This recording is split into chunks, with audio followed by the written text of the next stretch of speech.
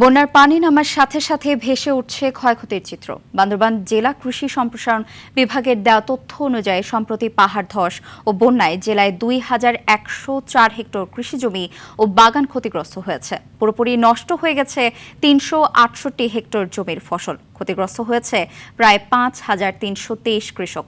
এদিকে মৌলভীবাজারের কমলগঞ্জ ও রাজনগরে প্রায় ৫০০ হেক্টর জমির আউশ, বীজতলা ও সবজি ক্ষেত নষ্ট হয়ে গেছে। প্রকৃত ক্ষয়ক্ষতির চিত্র পেতে আরও কিছুদিন অপেক্ষা করতে হবে বলছে স্থানীয় কৃষি বিভাগ। কৃষি ও মৎস্য সম্পদের ক্ষয়ক্ষতির সাথে সাথে ঘরবাড়ি হারিয়ে দিশেহারা জেলার হাজারো কৃষক।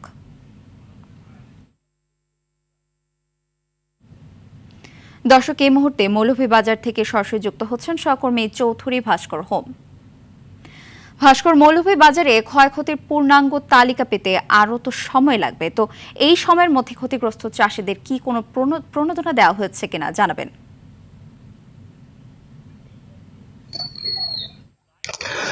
হ্যাঁ নুসরাত, আপনাকে জানিয়ে রাখি এই মৌলভীবাজারে কিন্তু বন্যায় দুটি উপজেলায় বিশেষ করে বেশি ক্ষতিগ্রস্ত হয়েছে। সেটি হচ্ছে রাজনগরের ট্যাংরা ইউনিয়ন এবং কমলগঞ্জ উপজেলার ইসলামপুর ইউনিয়ন।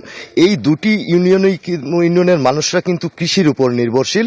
এই দুটি ইউনিয়নেই কিন্তু আপনার ধান থেকে শুরু করে সবজি চাষ কিন্তু ব্যাপক হারে হয়ে থাকে। তো এই যে দুইটি ইউনিয়নের কথা বললাম, সেই দুটি ইউনিয়নেই কিন্তু বন্যায় ব্যাপক ক্ষতিগ্রস্ত হয়েছে। বিশেষ করে কৃষির ক্ষতিটা অপূরণীয়ভাবে হয়েছে। তো বন্যার পানি নেমে যাওয়ার সাথে সাথে কিন্তু সেই চিত্রটা ফুটে ওঠা শুরু করেছে।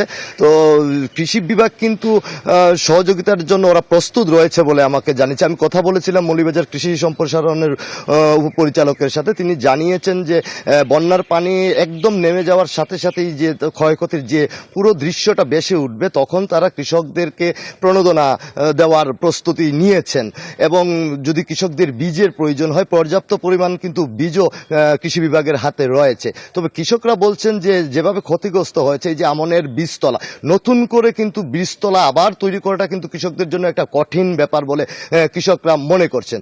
তবুও কৃষকরা এখন পর্যন্ত আমাদের কাছে যতটুকু তথ্য আছে, বন্যার পানি কিন্তু পুরো নেমে গেছে, নেমে গেলেও কিন্তু এখন পর্যন্ত কৃষকদেরকে কোনো ধরনের সহায়তা দেওয়ার তথ্য আমরা আসলে এখন পর্যন্ত জানতে পারিনি। তবে কৃষি বিভাগ বলছে কৃষি বিভাগ সম্পূর্ণভাবে কৃষকদের সহায়তার জন্য প্রস্তুত রয়েছে। তো সব মিলিয়ে কিন্তু কৃষকরা আসলে একটু দিশেহারা অবস্থায় রয়েছেন। তাদের কৃষি জমির সবকিছু, যে তাদের চাষকৃত সমস্ত ফসল কিন্তু এই বন্যার পানিতে তলিয়ে গেছে এবং নষ্ট হয়ে গেছে আমনের বীজতলাও।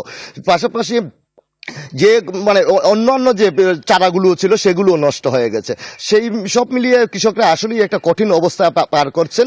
তো এই ছিল আমার কাছে কিন্তু মৌলভীবাজার বন্যা কবলিত কৃষি সম্প্রসারণ অধিদপ্তরের যে ক্ষতিটা হয়েছে তার সর্বশেষ তথ্য। নুসরাত, ধন্যবাদ ভাস্কর।